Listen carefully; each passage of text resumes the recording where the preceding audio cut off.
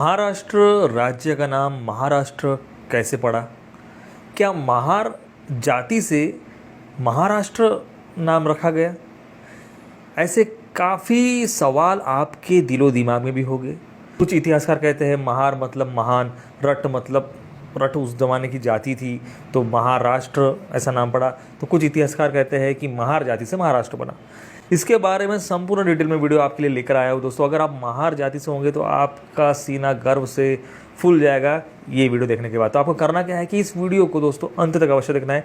किस शहर से आप हमारा वीडियो देख रहे हैं हमें कमेंट में अवश्य बताना है, ताकि हमें पता चले कि आप हमारा वीडियो किस किस शहर किस किस देश से देखते हैं। चलो शुरू करते हैं आज के वीडियो दोस्तों। मैं हूँ आपका दोस्त मिथिलेश और आपने देखना शुरू कर चुके हैं MG ब्लॉग्स। सभी को दोस्तों जय भीम, नमो बुद्धाय। दोस्तों महार नाम का अर्थ केवल महात्मा ज्योतिराव फुले ने अपनी पुस्तक गुलामगिरी में बहुत अच्छे से समझाया है। जब पुष्पमित्र शुंग मतलब परशुराम ने भारत में रहने वाले बौद्ध लोगों पर हमला किया तब बाकी सभी लोग उनके सामने हार गए, लेकिन कुछ बौद्ध लोगों ने परशुराम से 21 बार युद्ध किया। इन्हीं 21 बार लड़ने वाले वीर पुरुषों को पुष्पमित्र शुंग ने महार नाम दिया था। महा का अर्थ बड़ा और अरि का अर्थ शत्रु होता है। इस प्रकार महार का अर्थ हुआ ब्राह्मणों का सबसे बड़ा शत्रु। और महारों का मुख्य राज्य महाराष्ट्र मतलब आज का महाराष्ट्र था। इतना बड़ा इतिहास महात्मा फुले जी ने बताया है दोस्तों। जब महात्मा फुले को उनके पिता ने घर से निकाला था तब उन्होंने अपने पिता गोविंदराव से कहा, बाबा इस देश का इतिहास बदलने की हिम्मत अगर किसी में है तो वह केवल महार में है, क्योंकि वही समाज जागरूक है, बाकी सब सोए हुए हैं।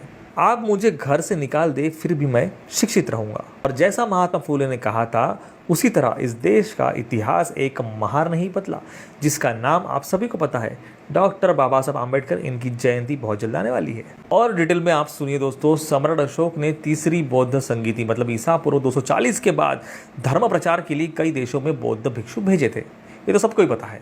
उनमें महाधम्म रक्षित को महाराष्ट्र नामक देश में कार्तिक महीने में भेजे जाने का उल्लेख मिलता है।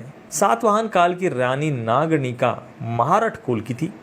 नासिक के पास स्थित नाणे घाट के शिलालेख में यह सब लिखा हुआ है। महारठी शब्द का उपयोग महाराष्ट्र के संदर्भ में मिलता है। नाणे घाट शिलालेख देख लीजिए। लगभग 2227 वर्ष पहले नाणे घाट का निर्माण कराया। इस शिलालेख में प्राकृत ब्राह्मी लिपि में महारठीनो शब्द मिलता है।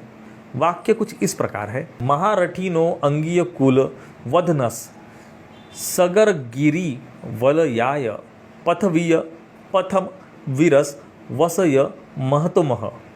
अर्थ महारठी अंगीय कुल का पर्वतों और समुद्र से घिरी पृथ्वी पर श्रेष्ठ वीर पुरुष। इस शिलालेख से उस समय की सामाजिक, आर्थिक, धार्मिक और राजनीतिक स्थिति की जानकारी मिलती है। मुख्य गुफा के मंडप में दोनों ओर बैठने की व्यवस्था है और दीवारों पर शिलालेख खुदे हुए हैं। पीछे की दीवार पर सातवाहन वंश के 7 लोगों की मूर्तियां बनी हैं, जिसमें सिमुख सातवाहन, देवी नागनिका, श्री सातकर्णीय, कुमार भाय महारठी, तृणकय्यर, कुमार हुकुश्री, कुमार सातवाहन।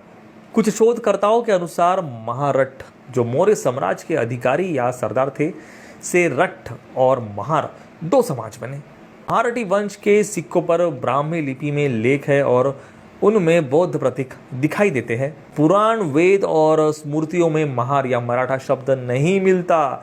लगभग 1000 ईस्वी तक मराठी समाज एक ही माना जाता था।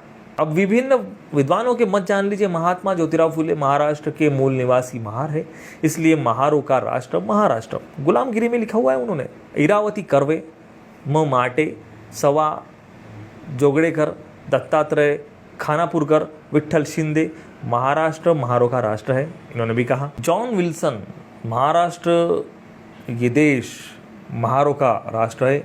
India 3000 year ago. J.T. Molesworth, now Maharashtra में means country of Mahar, Marathi dictionary.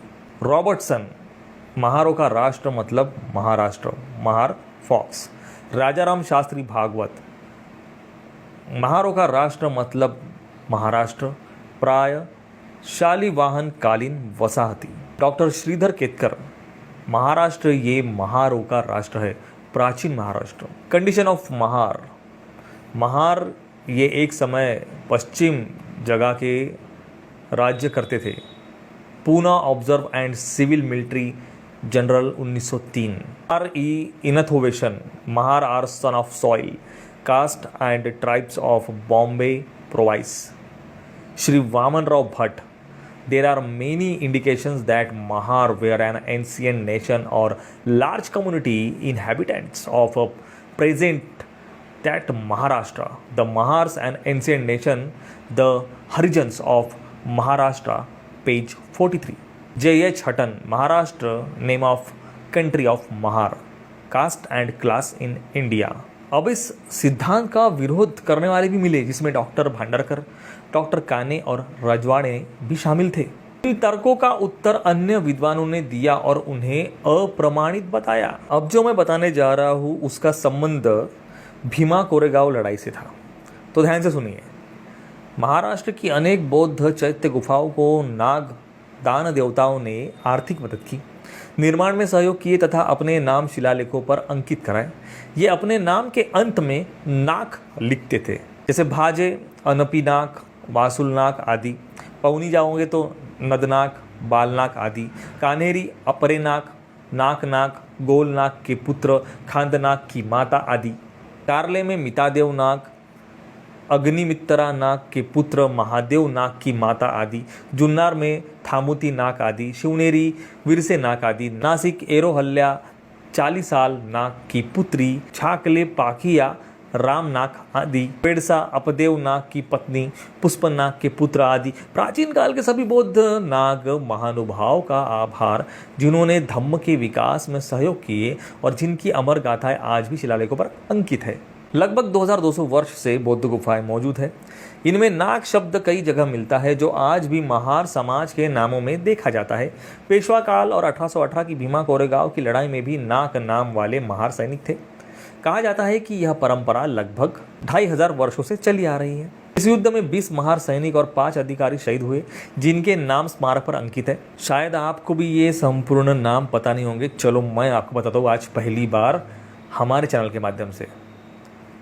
गोपनाक, मोठेनाक, शमनाक, यशनाक, भागनाक, हरनाक, अबनाक, काननाक, गणनाक, बालनाक, बालनाक, घोड़नाक, रूपनाक, लखनाक, बिटनाक, रामनाक, बटीनाक, धाननाक, राजनाक, गणनाक, बापनाक, हबनाक, रेनान, जाननाक, सजनाक, यसनाक, गणनाक, धर्मनाक, देवनाक, Anak, गोपालनाक, बालनाक, हरनाक, हरिनाक, जेठनाक, दीनाक, गणनाक, लखनाक।